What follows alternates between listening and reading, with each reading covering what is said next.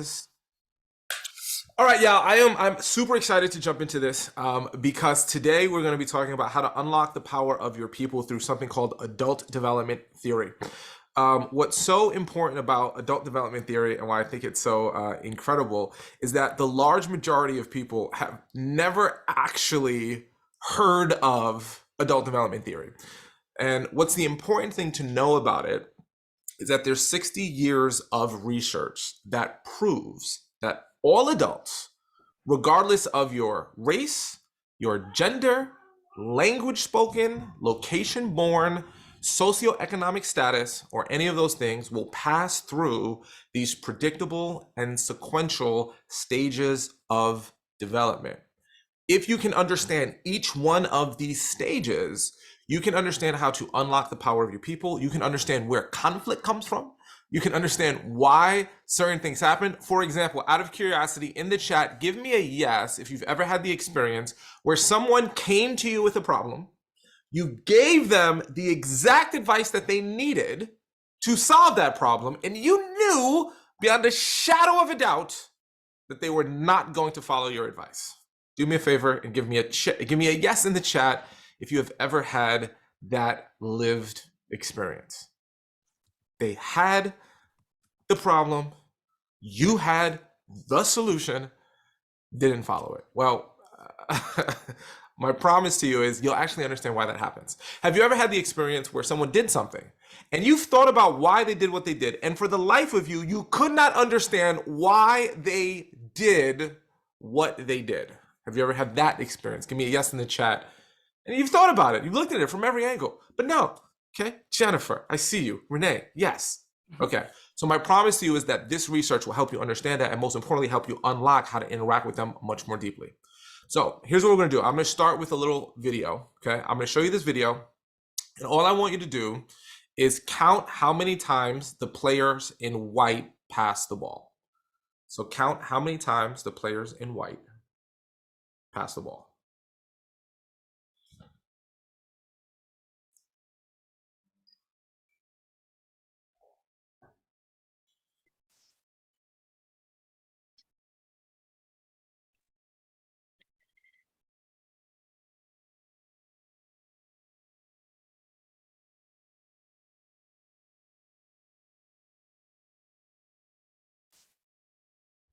Okay, just for fun, in the chat, throw your guesses. How many times were you able to catch the players in white passing the ball?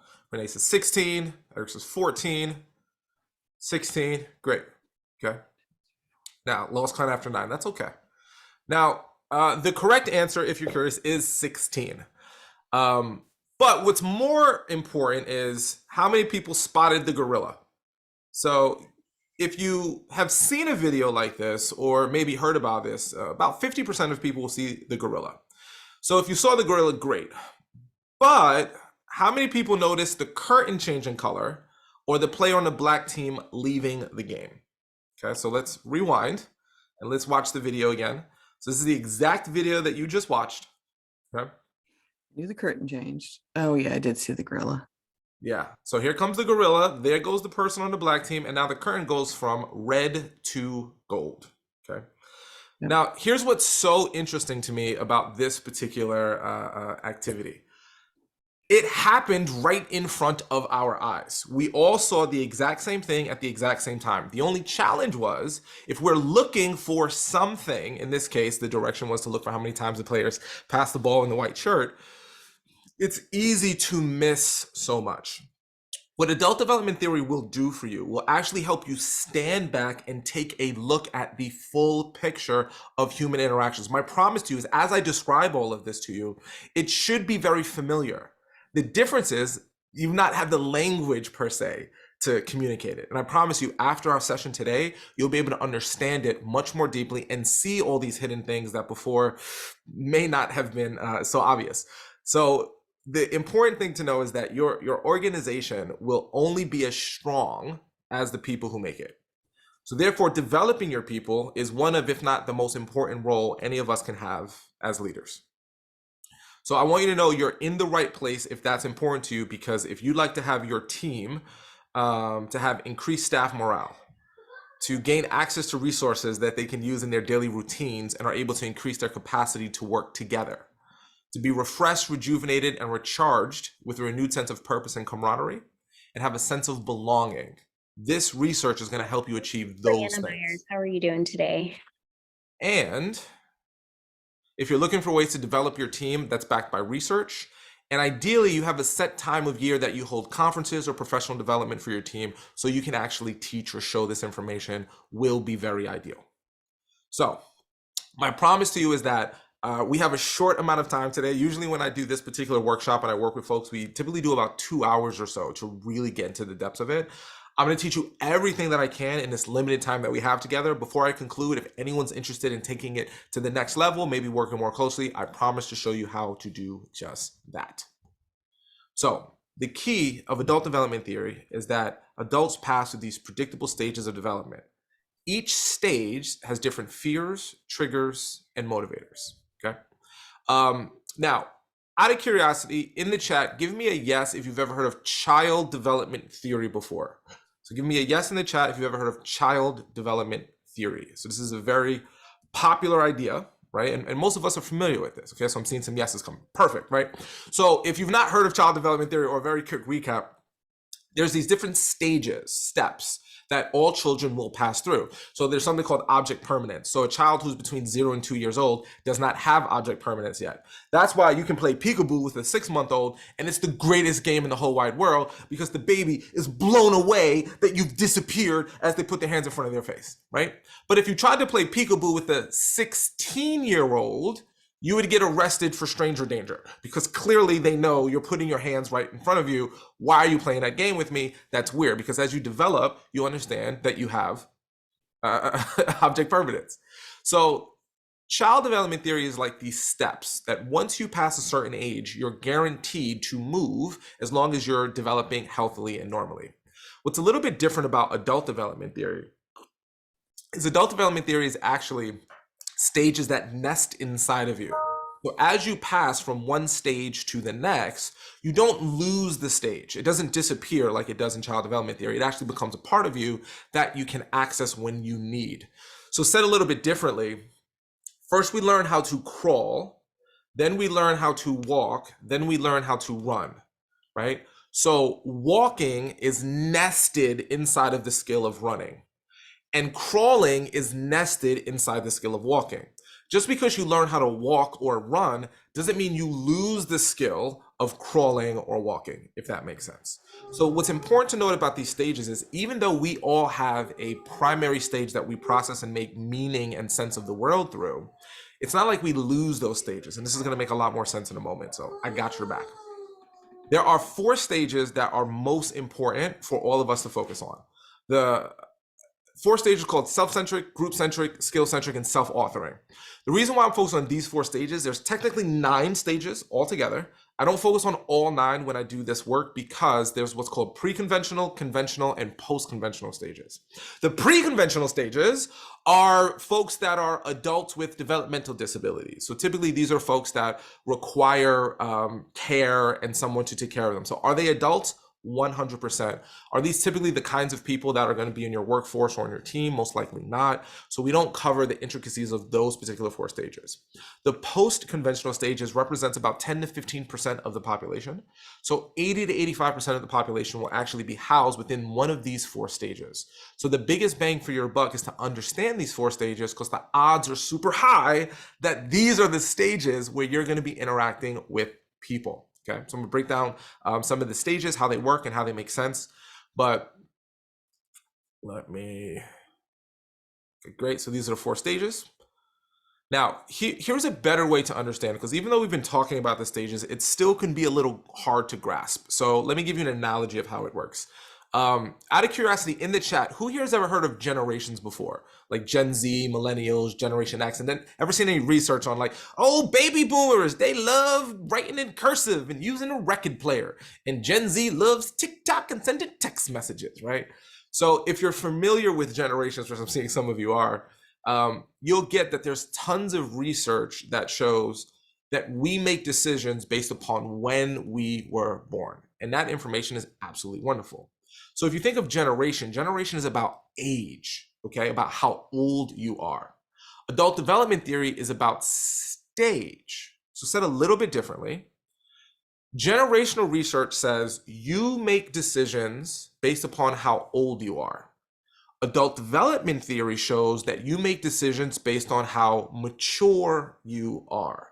And I'll prove it to you.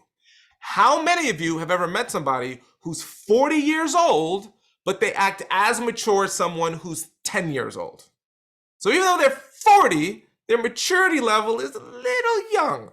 So in reality, they're like 10 years old with like 30 years of experience, right?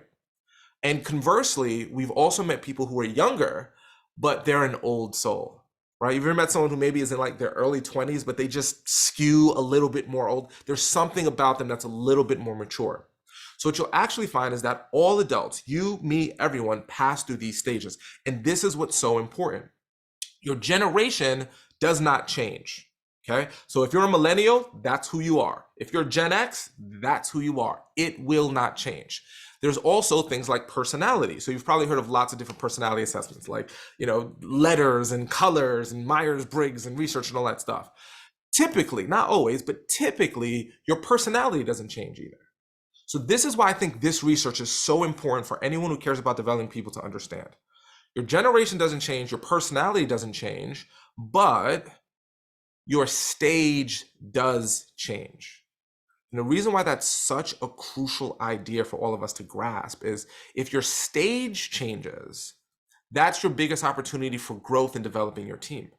Sometimes you've seen members in your team be so, like, you just see so much more in them than they see in themselves, and you want to help them grow, or you want to help them work together and get over changes and fights. Understanding their stages will actually help you if you can help elevate them and help them grow.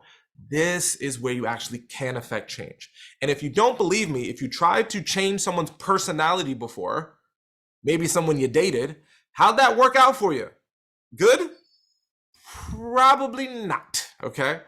So this is a very, very, went back too far. This is a very, very important idea, and this is very, deep to me. For those of you who don't know, some of you know who I am, and some of you have no idea who I am. So I grew up in the projects in Brooklyn, and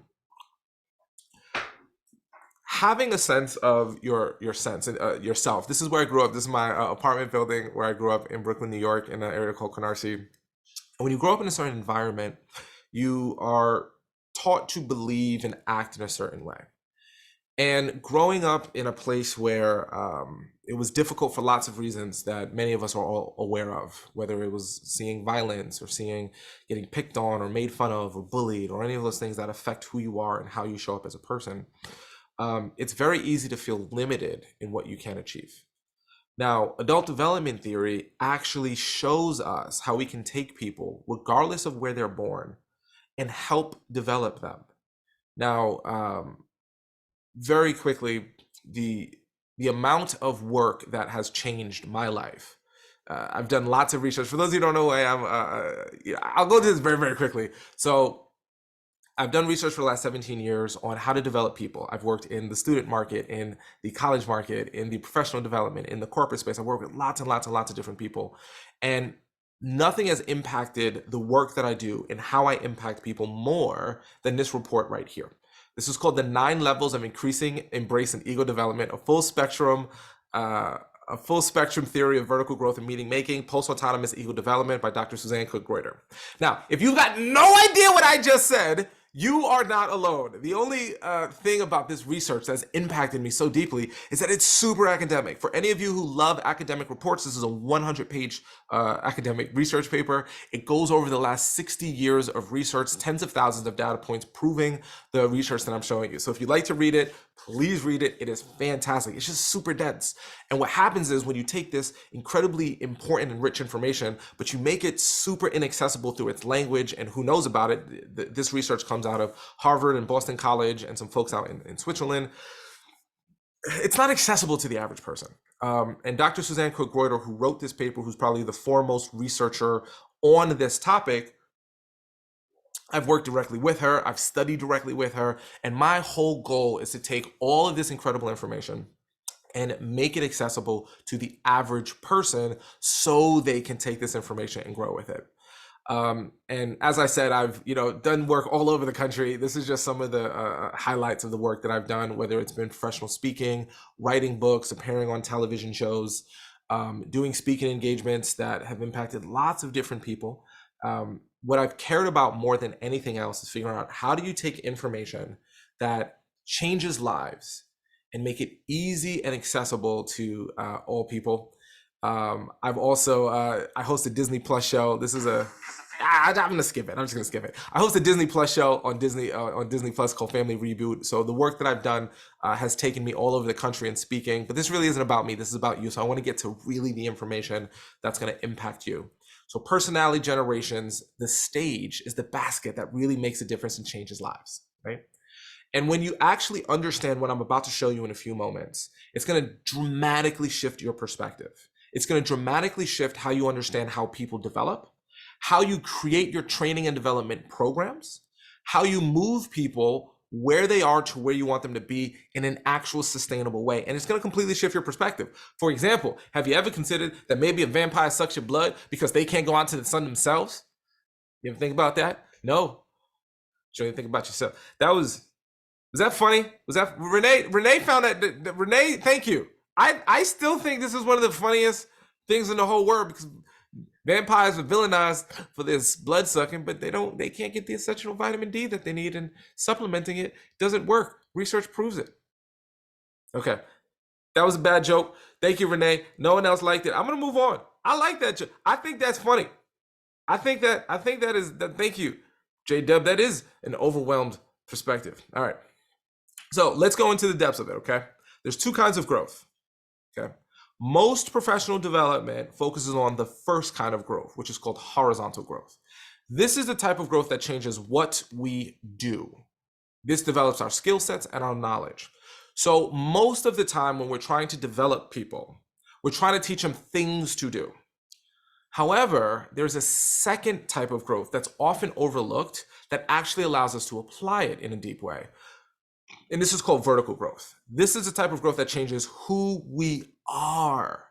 This kind of growth develops our mindsets, perspectives, and value systems.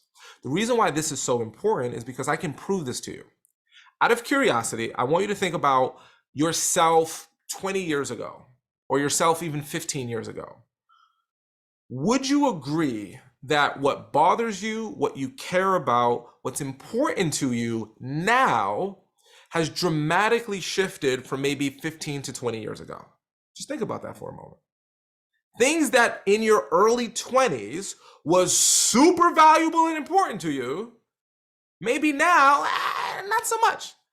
Out of curiosity, yeah, especially when you have a kid, Renee, that absolutely changes the game. How many of you, like, you don't have to like actually write anything in the chat here, but there's many people who, like, in their 20s, going out to the club and partying was the best thing in the world, and now you're like, you know what? If I could just take a nap, that's a good time. I'm gonna take a nap and wake up from that nap and take a nap because I'm tired from that nap. That's my kind of vacay, right?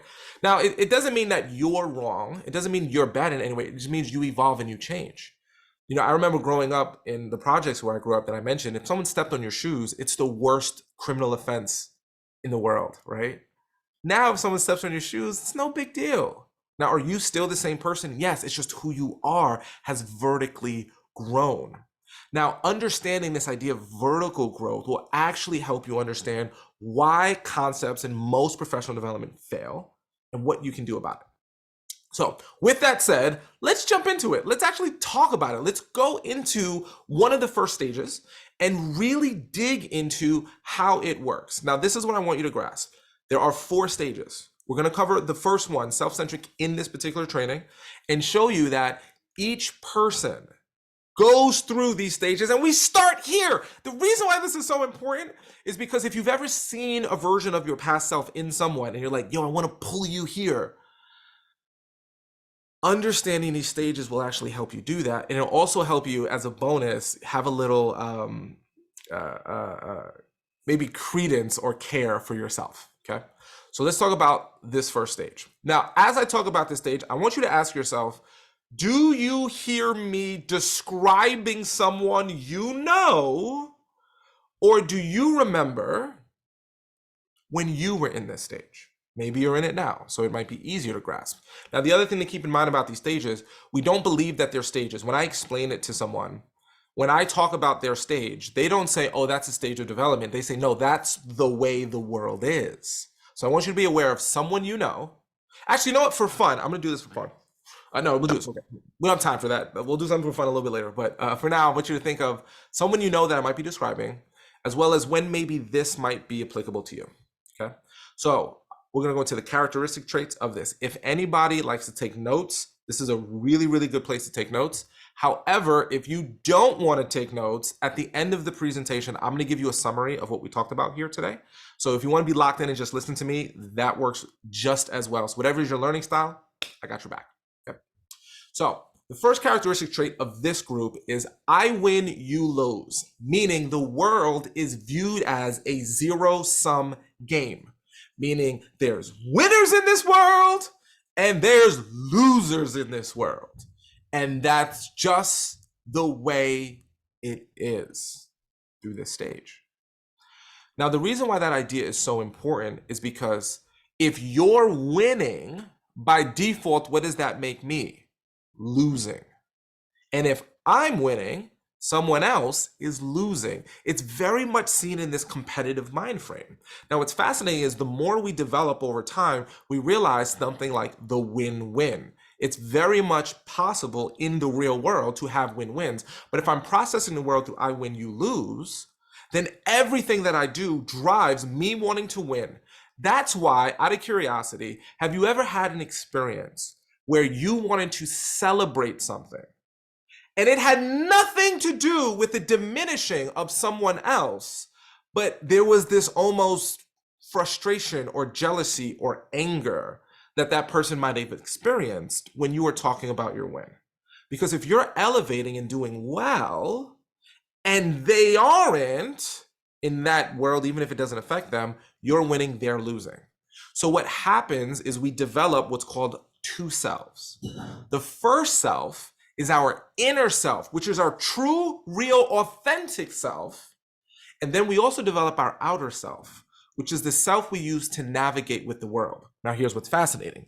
At this stage, our belief system is, I can't let you actually know my real thoughts, my real beliefs, my real feelings, because if you did, you wouldn't accept me.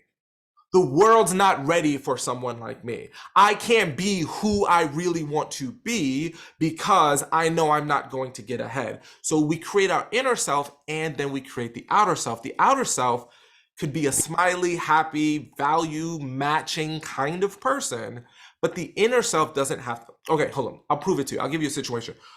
Out of curiosity, I'm going to explain the situation, and in the chat, give me a yes if you've ever seen something similar to this. You and another person are having a conversation. A third person enters into that conversation. All three of you are having a fantastic, wonderful, delightful conversation. That third person leaves, and then the person you're speaking to goes, I hate that person. Oh Lord, I can't stand that person. They get on my last nerves. And you're like, wait, hold on. It looked like y'all were having a fantastic conversation. Where did that come from? Because my inner self doesn't have to match my outer self at this stage. I know how to turn it on when I need to turn it on. And it doesn't change who I am as a person. Some of y'all have experienced this. You've experienced someone whose values, it seems like they match yours, but then when it gets really like the thickness, the stuff hits the fan, they bounce. Why did that happen? Well, it's because their inner self and their outer self didn't match up. But there's no, some people say, oh, that's two-faced. At this stage, that's a survival mechanism. There's nothing wrong with it. So what I do in this zero-sum game where I have a sense of two selves, one of the things that I'm very interested in is never becoming the weakest link. Meaning, the more information you know about me, the more ammo you have to potentially hurt me and then win. And I don't want you to win. I want to win. So at this stage, I'm actually very self-protective. Meaning, I don't like to talk about myself, what I'm going through, things in my life. It's no one's business except my own. This is the kind of person that when you try to get information out of them, when you try to talk to them, when you try to help them, it's like talking to a brick wall. They're giving you nothing. And it's like, come on, like open up. We're a team. And they're like, no, because if I tell you stuff about me, then you could use that to hurt me, and I don't want that to happen. Now, conversely, I want to learn everything about you. I want to know what you're dealing with, Renee. I want to know what you're dealing with, Jennifer. I want to know what you're dealing with, Gio, because the more information I know about you, if I ever needed it, I have ammo. So that's why at this stage, gossip is almost impossible for someone to pass up. I need to, you ever had that conversation that starts with, you ain't hearing from me, and then and you're like, I didn't do anything wrong. I was just listening. I didn't say anything. Well, the reason why that's so valuable is because the more ammo I have, the better. Now, the way that I deal with life and circumstances and achieving what I want is in two ways, one of two ways. Now, the first way is to dominate other people. I will do that with literally my physicality, my physical. It doesn't matter if I'm a 5', 100-pound old woman or a 6'5", 300-pound muscular man. I'll get really loud, or I'll try to intimidate people with my physical presence. Have you ever seen someone that tries to win or intimidate by getting very close to you, or being very intimidating, or using their physicality, or getting very loud so that you will subdue? Because at this stage, your physicalness, your ability to literally dominate others is how you get things done. Whoever shouts the loudest, whoever is the most intimidating wins. Now, conversely, on the other side of that, if that is not that person's personality type, they actually will completely disengage. This is fascinating. If I feel threatened in any way, I'm not going to actually get loud. That's option one. Option two is you're dead to me. Some of you back in the day broke up with someone, and to this day, they don't know you broke up with them because you stopped calling them, stopped returning their texts, stopped going out with them. And you said, if I completely disengage, they'll eventually get the picture. Because this person no longer serves a purpose in your life, so it no longer helps you win. So you just disengage. I'm curious, in the chat, has anyone ever had an employee or a team member quit, but they never told anyone? They just stopped showing up. They just said, you know what? I'm out. I'm not doing it. If you've not had this happen, congratulations. This has happened to tons of people. Because what happens is, and it usually happens with a lot of younger folks too, right? Because typically when we start our adult journey, this is where we start. Now, the skill set that gets developed during this particular stage is a very interesting one. And it's actually the ability to sniff out opportunities. So this is a very important thing to pay attention to. At this stage, what I care about the most is a good opportunity. That's why, and I won't go into the depths of this, right? Because this is outside the scope of what we're going to do here. That's why it's easy for people to jump from job to job to job to job, because I think this new opportunity will be better than my current opportunity.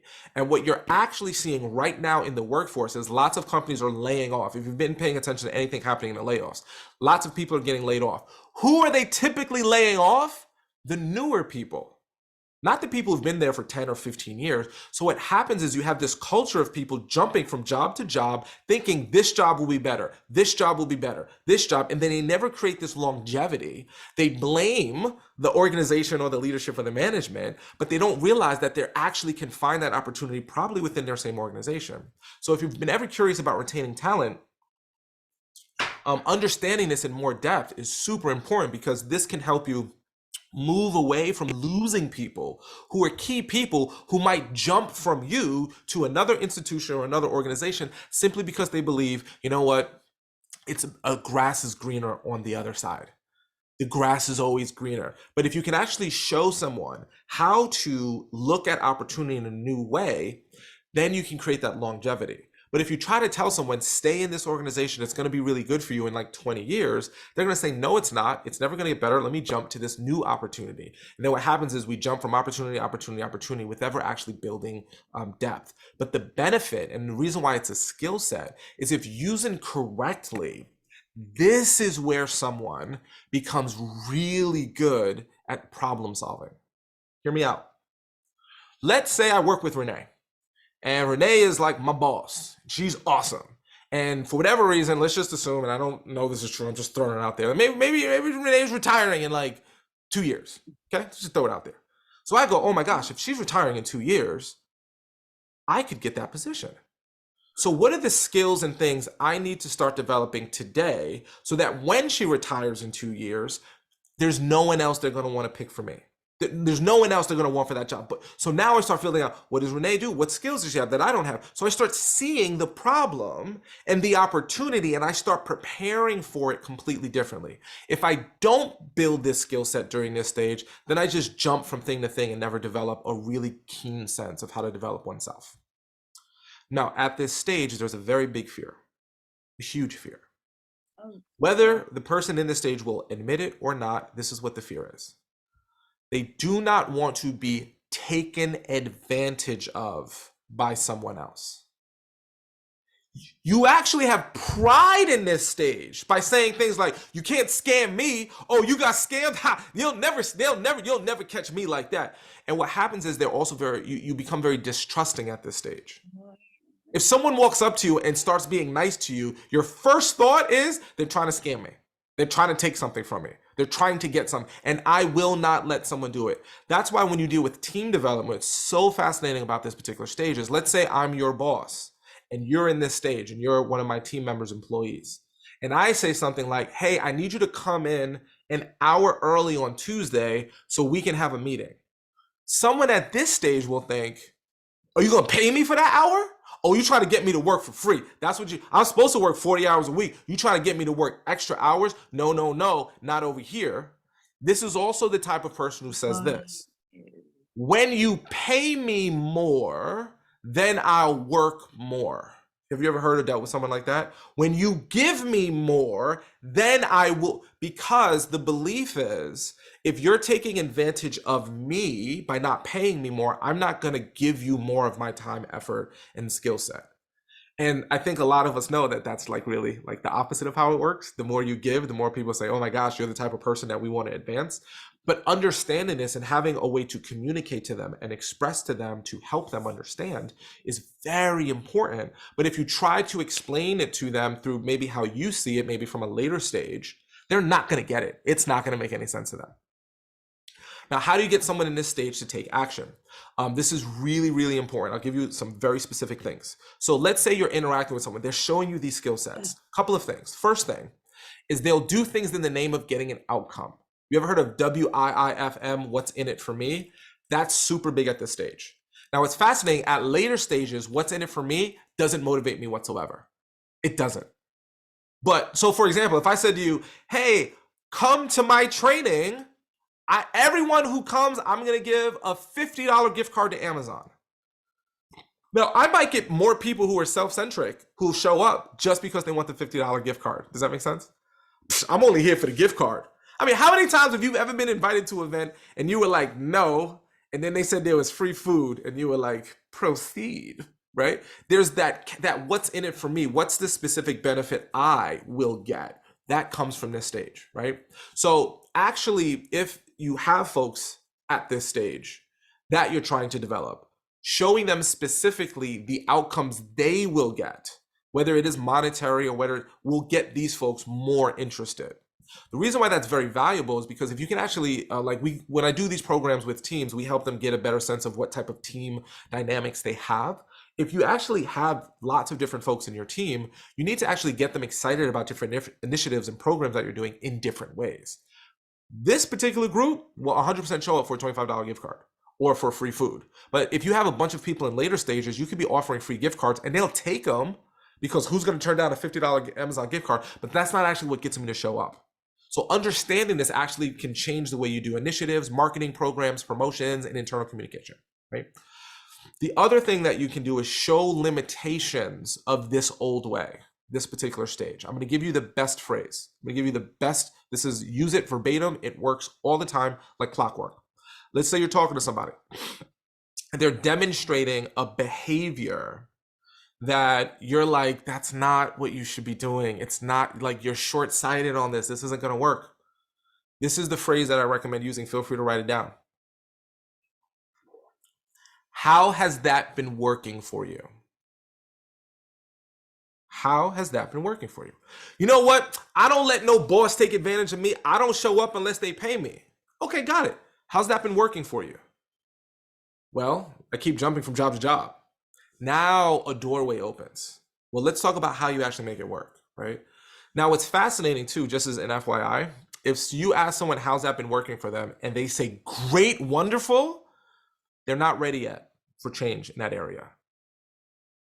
And you can try to change them all you want, but how has that approach been working for you? Probably not so well. Now, this is also important to know about this stage. At this particular stage, my time frame is now. This is key. I literally can't process the future. It makes no sense to me, but now does. That's why, okay, how many people have ever seen this type of graph before? If you start saving $100 a month from age 21, by the time you're 65 and 8% compound interest, you'll be a bajillionaire. And none of us do it. None of us do it. And then what happens is when we get older, we go, why didn't my dumb self save $100 a year? It's just $100. I could have saved $100 a year when I was 21 and be in a much better position than I am right now. Why didn't I do it? I'm going to tell you why you didn't do it. Because our time frame at this stage is now. So when I tell you, take $100, put it into an account for when you're 65, all you hear is you're stealing money from me for something that's worth nothing. Because that's what it is. $100 in an account when I'm 65 is worth nothing to me because I can't look that far into the future. So I'll give you I'll give you a quick benefit before, because we're getting kind of close to the end of our time here. The later stages you go into, your ability to see time frames open up. So what happens often for folks in a later stage is they try to talk to someone who's in an earlier stage about seeing a bigger picture. And it feels like you're just talking to your blue in the face, because you're trying to get them to look at a 20-year period, because the later stages can actually see 20 years as clearly as they can see today. Oh, no. Where I'm going to be when I am retired feels as real to me as now. So I actually start getting anxious about retirement. I start getting anxious about these things, right? It's just, I get scared about these things. Why? Well, because it's real, but in an earlier stage, it's not. So quick recap. Self-protective opportunist, zero-sum game, two selves, hide weaknesses, dominate or withdraw, skill set is sniffing out opportunities, has a fear of being dominated, okay? Now, out of curiosity in the chat, we just talked about the first stage. Has this been helpful? Is this interesting? Has this sucked? It could totally have sucked. You could have been like, this is stupid, right? Okay. So if this has been helpful, okay, thank you for the thumbs up and thank you for Gio, right? Okay, I appreciate that, right? Thank you, right? If you're interested in turning this from interesting information to lasting transformation, I want to tell you a little bit about how you can do that. Okay, so I've worked with lots and lots of different organizations, and what I do is I come in and I teach all of the stages. Obviously, we're doing just kind of an introduction, if you will, in this like 45 minutes we have together, how the stages work, the initial stage, but there's still those 3 other stages. Then how do those stages interact with each other? Then how do we work together to build that team culture and utilize the knowledge of these stages to truly impact and change the way we communicate to our team and the people around us? These trainings can be done virtually, these trainings can be done in person. So whatever is your particular needs, we have a wonderful world that opens up virtual and in-person trainings right now. This is one of the folks that I've worked with, and Deborah Schimpf, who's the CEO of a group called SCAPNY, that's the acronym, and she said, we recently invited Rel Moody to speak with our management team during a virtual session. The experience was incredible. The positive energy and passion Rel displays during his presentation is compelling, and the knowledge he shares is powerful and inspiring. His ideas brought a fresh perspective to our staff regarding impulsive workplace culture and functioning as a team. He possesses a unique creative ability to engage meaningfully with people and teaches them to think beyond themselves. If you haven't already connected with Rel, invite him to speak with your team. I highly recommend doing so. You won't be disappointed, and your team will thank you. So I'm very, very passionate about this work. We also do lots and lots and lots of surveys. So what's important is that we have lots of people that have data on how effective these trainings are. So what you'll know is that if you decide to go more deeply and work more closely with me on these programs for your team or for an organization that you work with, all of our work is not only backed by research, we do data so that your key decision makers, whether they're your financial team or board members, they know exactly what the impact was through reports and data, quantitative and qualitative qualitative feedback as well. Okay. We also provide certificates of completion. So if you have any type of certification requirements or continuing education requirements, we can help you fulfill that because lots of organizations have to do some form of that throughout the year, and we can help you get exactly that certification and work. So if anyone is at all interested in this, we'd love to connect with you and work more with you and figure out how we can bring one or all of the programs that we do to help folks like you. So here's what we'll do now. I hope this was valuable to you, and I'd love to get your thoughts and your feedback on it. So if everyone could take 2 minutes, what I'm going to do, I'm going to throw a link in the chat. So the link that I just put in the chat, you can click on that link, or if you're fancy with it, you can take out your phone and scan the QR code that we have right there. And it's going to pull up a very quick survey, very quick, less than 2 minutes, real easy. Every single time I do a presentation, I do a survey like this. My goal is to find out what you liked about it so I can do more of it, and what you disliked about it so I can do less of it and make it a better experience for you. If you put in the code NOTES when you take the survey on that first screen, I'll give you, as a thank you, access to all of the slides that I showed you here today. So if you want to revisit this information, if you want to show this to a team member, if you want to reach out to me and shoot an email about like, oh my gosh, like, I want to know more about this and I have a question, like all my contact information will be at the end of the survey, so you can reach out to me and you can get access to the slide deck, which I think will be really, really helpful for folks. So take about 2 minutes or so, fill out the survey, let me know your thoughts. While you're taking that survey, there's going to be a question that asks if you book speakers. If you do and you'd like to book me, just go ahead and put in your information, and at the end of the survey, there'll be a quick button that pops up that says book a meeting. By all means, feel free to click on that and schedule a time that works so we can talk more deeply about your program and how that all works, which I'm happy to do. If you just want more information and don't book speakers, then say you don't book speakers. No pressure, no problem whatsoever there. This information really is to help you develop as a person. So if you can put in the chat the word done when you're done taking the survey, I'll leave us with one final thought before we wrap up our time, and I'm happy to answer any questions anyone might have in the last time. So we kind of hit the 2:45 mark here, so I'm going to try to wrap this up in the next 10 minutes or so with Q&A and leaving you with one final thought. So happy to do that. I hope this was helpful. I hope this gives you an introduction to how this information can help support the way you interact with your team and the way you support people. So super happy to talk about that. Oh, Renee, thank you so much. You're so kind. You're so kind. So good to see you. Yeah. So feel free to look at it. If any of this would be interesting to you, of course, let me know. Give you about 2 more minutes or so, and then I'll leave you with one final thought and then answer any questions you might have about the research, any questions about the programs or the presentations or anything like that.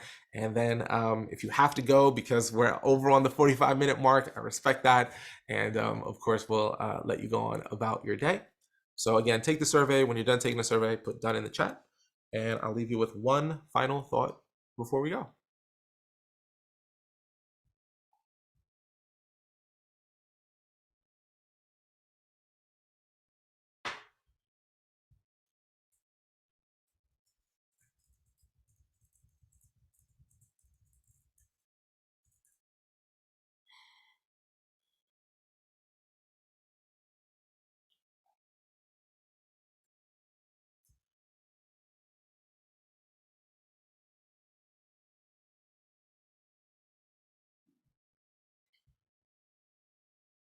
Just as a reminder, you can either scan the QR code or click on the chat link in the chat.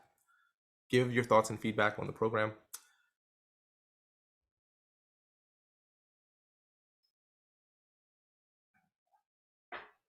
All right, thank you, Eric. Where's the big beard, Eric? Did you cut it? I used to like that big beard. I did. I did. The It's a lot season, of maintenance. There's a whole lot of maintenance. And the season's not that cold. I dig it. Appreciate you, man. Happy Founders, past Founders Day to you, by the way. Yeah, I was gonna say happy Founders Day. All right, so keep taking that survey. Leave your thoughts, and I'll leave you with one final thought, and then we'll open it up for questions, whatever questions folks might have. And that question is simply, what kind of future do you want to occupy? The reason why I think this question is such an important question is because when we think about where we are today and we think about where we're going, we have to ask ourselves, well, what do we want that future to look like? How do we want it to occupy? You know, if we can actually, and my belief is understanding adult development theory more deeply is almost like a superpower for understanding people. And if we can actually understand people and understand how to interact with them and understand why they make the decisions they make, we actually give advice much more deeply and help people. We actually diminish a lot of the people problems that cause stress in our life. And also it allows us to truly embrace the beauty that is living, because there was a research report done that said the single most important factor in a longevity of success and happiness, and they did this super long research study, they found the number one thing was healthy relationships. So what I believe adult development theory does is it gives us access to the ability to have more strong and more healthy relationships so we can truly make a difference and impact lives. So I'm going to pause there. I'm going to open up if anyone has any questions before we go. I'm going to leave this QR code up here. So if anybody has not had a chance to scan it, or if you're watching the recording of this, give you another chance to scan it if you missed it, so that you can give your feedback on this presentation. Even if you're watching as recording, make sure to give your feedback, because I read every single one of your thoughts. And then I'll pause there, open it up for any questions folks might have, and we'll be done before the hour is over. So any questions, thoughts about the research, about the first stage, about what happens after the first stage? Happy to answer anything that you might have.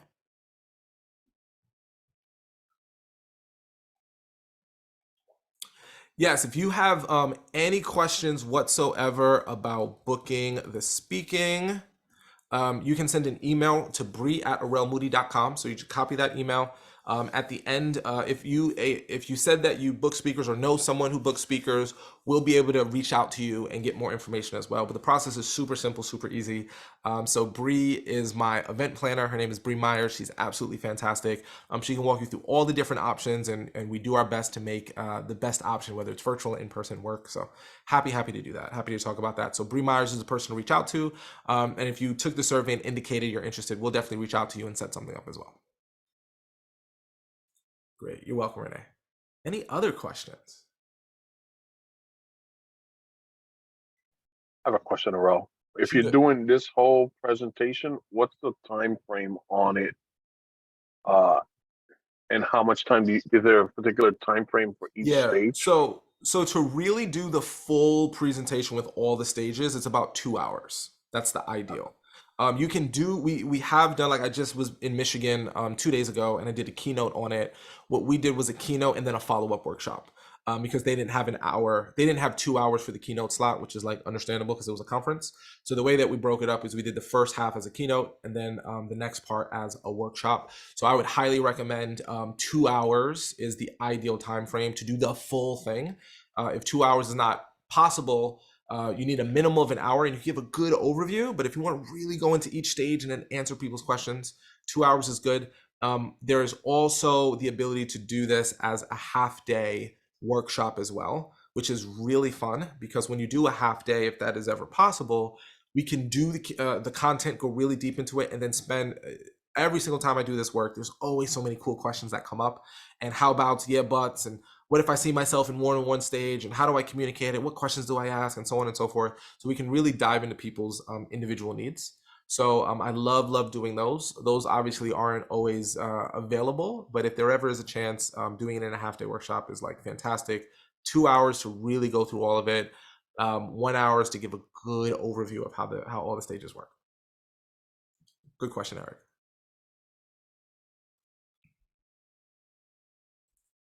Any other questions? So what we'll do is, because we're coming down to the last like 2 minutes, and I know that people probably plan to have their time until the top of the hour. If you have any questions whatsoever, feel free to reach out to me. I'm the only Aurel Moody in the world, and I think most of you probably have some type of connection to me on like Instagram or email or something like that. Feel free to reach out to me, ask any questions, and just remember, what future do you want to occupy? So I hope that you can take this information to spark some interest, spark some ideas, think of ways to understand others, understand yourself, and then also see how to develop those around you. So thank you so much for being here. Super, super awesome. And I appreciate every single one of you. Thank you, sir. Appreciate you. Thank you, brother. Thank Thanks you. for being here, Yep. everyone.